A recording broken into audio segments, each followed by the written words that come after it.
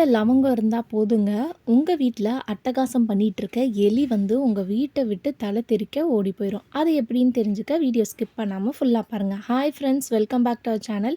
எல்லோரும் எப்படி இருக்கீங்க? கண்டிப்பாக நல்லா இருப்பீங்க நம்புகிறேன். நீங்கள் இப்போ தான் நம்ம சேனல் ஃபஸ்ட் டைம் பார்க்குறீங்கன்னா இப்போவே சப்ஸ்கிரைப் பண்ணிக்கோங்க, கூட இருக்க பெல் சிம்பிளை கிளிக் பண்ணிக்கோங்க. இப்போ வாங்க வீடியோக்குள்ளே போகலாம். இந்த ஒரு லவங்கம் இருந்தால் போதும், இதை வச்சு உங்கள் வீட்டில் அட்டகாசம் பண்ணிகிட்டு இருக்க எலியை வந்து நம்ம விரட்டிடலாம். அதுக்கு வந்து இந்த லவங்கத்தை ஒன்று நீங்கள் மிக்ஸி ஜாரில் போட்டு அரைச்சி பவுடராக எடுத்துக்கோங்க. அப்படி இல்லைன்னா இஞ்சி பூண்டு நசுக்கிற கல் இருக்கும் இல்லையா, அதில் போட்டு நல்லா இடித்து கூட நீங்கள் எடுத்துக்கலாம். இப்போ இங்கே நான் ஒரு பவுல் எடுத்திருக்கேன். இந்த பவுல் வந்து பார்த்திங்கன்னா நீங்கள் சமைக்கிறதுக்கெலாம் யூஸ் பண்ணாத பவுலாக பார்த்து எடுத்துக்கோங்க. இப்போ இதில் வந்து கொஞ்சமாக வந்து பிஸ்கெட் பவுடர் இருக்கும் இல்லையா, அதை வந்து பிஸ்கெட்டை வந்து நல்லா பவுடர் பண்ணி சேர்த்துக்கோங்க. உங்ககிட்ட பிஸ்கெட் இல்லைன்னா அதுக்கு ஆல்டர்னேட்டிவாக ஏதாவது ஸ்நாக்ஸ் இருந்துச்சுன்னா அதை கூட நீங்கள் சேர்த்துக்கலாம். கூட கொஞ்சமாக கோதுமை மாவு, மைதா மாவு, கடலை மாவு, எந்த மாவாக இருந்தாலும் பரவாயில்ல, அதை வந்து சேர்த்துக்கோங்க. இப்போ இதை சேர்த்ததுக்கப்புறம் லைட்டாக தண்ணி தெளிச்சுட்டு இதை வந்து நம்ம நார்மல் சப்பாத்தி மாவு பிசைஞ்சு எடுப்போம் இல்லையா, அந்த மாதிரி நீங்கள் இதை வந்து பிசைஞ்சு எடுத்துக்கோங்க. ஸோ நீங்கள் இதை பிசையும் போது இது கூட நீங்கள் நெய் கூட சேர்த்துக்கலாம். நெய் சேர்க்கும் போது எலிங்களுக்கு அந்த வாசனை ரொம்ப பிடிக்கும். ஸோ அதனால் அது அட்ராக்ட் ஆகி வந்து பார்த்திங்கன்னா சாப்பிடும். இப்போ இந்த மாதிரி மாவு மாதிரி பிசைஞ்சதுக்கப்புறம் நான் ஒரு 2 பால்ஸாக வந்து எடுத்துக்கிறேன். உங்களுக்கு எவ்வளோ வேணுமோ அதுக்கேற்ற மாதிரி உருண்டைங்க வந்து நீங்கள் செஞ்சு எடுத்துக்கலாம். இப்போ ஒரு பவுல் எடுத்துக்கோங்க. இதில் வந்து நம்ம லவங்கத்தை வந்து மிக்சியில் போட்டு பவுட்ரு பண்ணோம் இல்லையா, அந்த பொடி வந்து எடுத்துக்கோங்க. இப்போ இந்த பொடி எடுத்ததுக்கப்புறம் கூடியே வந்து நல்ல காரமாக இருக்கக்கூடிய மிளகுத்தூள் வந்து நீங்கள் சேர்த்துக்கோங்க.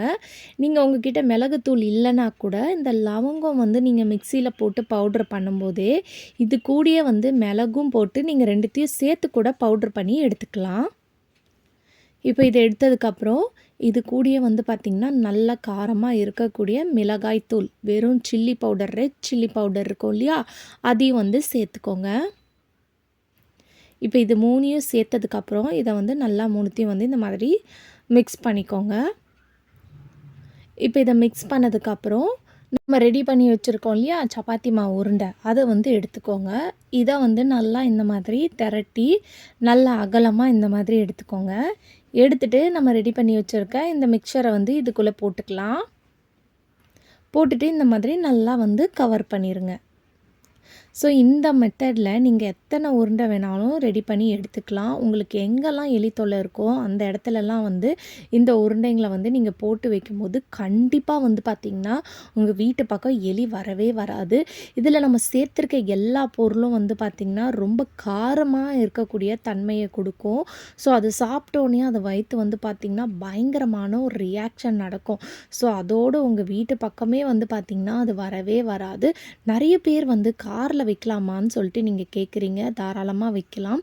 இப்போ வந்து நம்ம இதை ரெடி பண்ணி எடுத்ததுக்கப்புறம் எலியை அட்ராக்ட் பண்ணுறதுக்காக இதுக்கு மேலே வந்து நம்ம ஏதாவது நம்மக்கிட்ட இருக்கிற பிஸ்கெட் பவுடரோ இல்லை ஏதாவது கேக் இருந்துச்சுன்னா கூட அதை பவுட்ரு மாதிரி பண்ணிவிட்டு இதுக்கு மேலே நீங்கள் ஒரு கோட்டிங் மாதிரி கொடுங்க.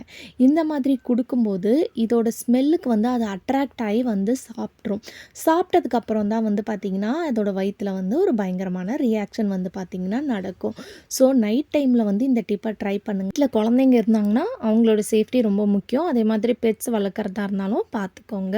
இப்போ நம்ம ரெடி பண்ணி வச்சுருக்க இந்த உருண்டைங்களை வந்து நைட்டு கிச்சன் டைமில் அதுக்கு வேறு எதுவுமே சாப்பிட்றதுக்கு கிடைக்காத மாதிரி இருக்கணும். அப்போ தான் வந்து இதை வந்து அதை சாப்பிட்டுட்டு வந்து பார்த்திங்கன்னா போகும்.